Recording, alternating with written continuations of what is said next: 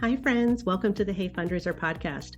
I'm your host, Mary, and whether you're a frontline fundraiser, the operations professional, a board member, or just somebody wanting to make an impact in your community, this podcast is for you. We cover all facets of fundraising, and our main objective is to give you ideas and inspiration to help you raise more money. Join us as we learn, grow, and make an impact together.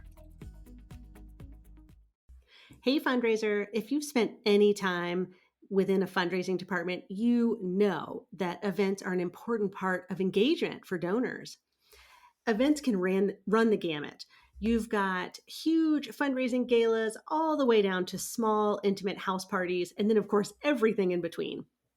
You might not love events, and I really don't either, but why not at least make the best of them and utilize an event to kick off your cultivation efforts? And that is what today's podcast is all about.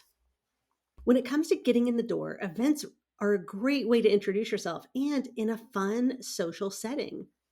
If there's a prospect that you want to get to know and they are currently a donor to your organization, I'm going to assume that they're going to be invited to your organizational events. Before every event, you'll want to review the invite list to make sure that all of your prospects and donors are invited to participate. This includes prospects that you already have a relationship with and those you're looking to build a relationship with. You also want to review the RSVP list so you know who is going to be in the room. Now, here's a quick pro tip. If you're cultivating a prospect and you see that they've RSVP'd for an event, it's a lovely touch point to reach out and say, hey, I just saw your RSVP come in. I'm excited to see you next Saturday. I'm going to stop by your table and say hello. Now, you can do this through any channel of communication, right? Email, text, or phone call, but it's a lovely gesture just to recognize that they've engaged with your organization. If you have identified a prospect, but not yet initiated the relationship, meeting at an event is a terrific opportunity.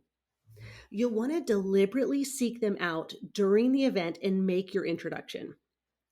If it's a large gala with seated tables, you might head over to their table before the program begins and say hello. If it's a small gathering at someone's home, you'll want to strike up a friendly chat. A solid conversation starter is critical to kicking off the relationship. The key here is to have a short yet meaningful conversation. There are 3 things you want to accomplish in this initial conversation. First, you want to introduce yourself. Hi, my name is Mary and I work for the university or the food bank or the library.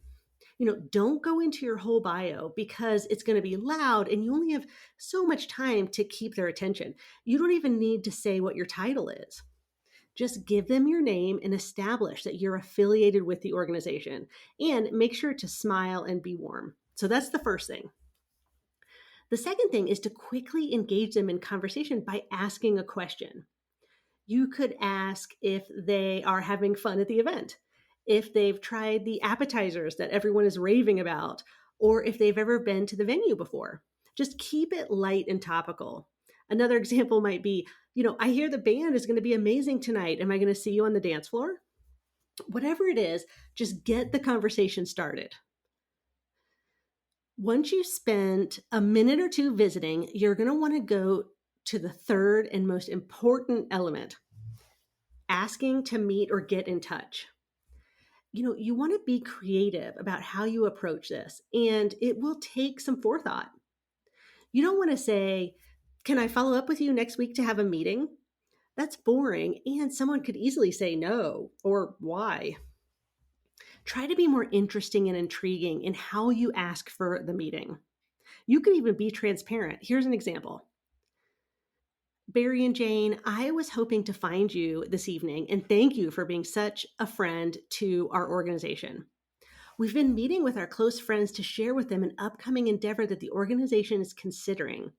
It's not public knowledge just yet, but could I reach out next week and find some time for us to talk?